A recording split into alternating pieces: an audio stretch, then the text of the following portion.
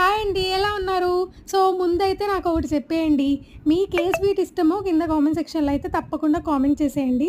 అలాగే నాకేం స్వీట్ ఇష్టమో అది మీకు తెలిసిపోయే ఉంటుంది కదా! ఇప్పుడు నేను చూపిస్తున్నానే అదే అనుకుంటున్నారా?